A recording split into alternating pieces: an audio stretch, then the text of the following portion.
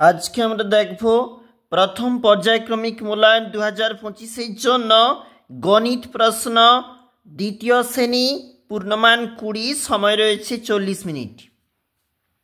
নাম roll number নিজেরা কিন্তু অবশ্যই লিখবে। একটু নিচে চলে যাব যেখানে আমাদের প্রশ্ন রয়েছে নিচের ছবিতে যেটি লম্বা তাতে টিক চিহ্ন দাও, যেটি ছোট তাতে ভুল চিহ্ন দাও। 2 নাম্বার রয়েছে দেখো বাম পাশে বড় গাছ সেই জন্য টিক চিহ্ন, ডান পাশে ছোট সেই জন্য ভুল চিহ্ন।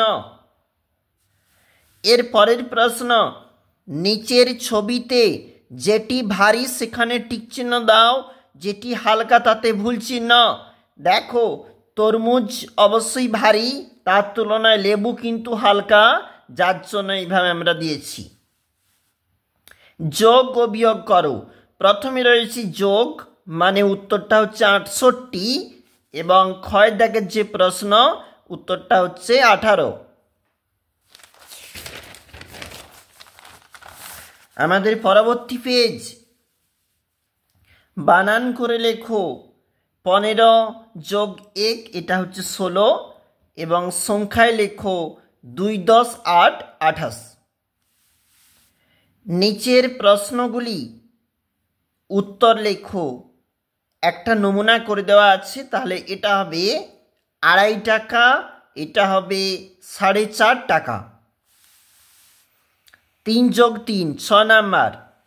পরিবেশ দিবসে গাছ লাগাবো। আমরা 23টি গাছ লাগিয়েছি, দিদিমণিরা 36টি গাছ লাগিয়েছেন।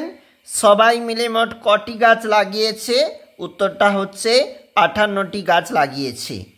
এরপরে যেখানে প্রশ্ন বলেছে দেখো এক জায়গায় 9টি ফুল ছিল, তার থেকে 5টি ফুল তুলে নিলে সেখানে থাকবে 4টি ফুল, মানে এটা বিয়োগ হবে। আমরা দেখছিলাম দ্বিতীয় শ্রেণী গণিত প্রশ্ন 2025।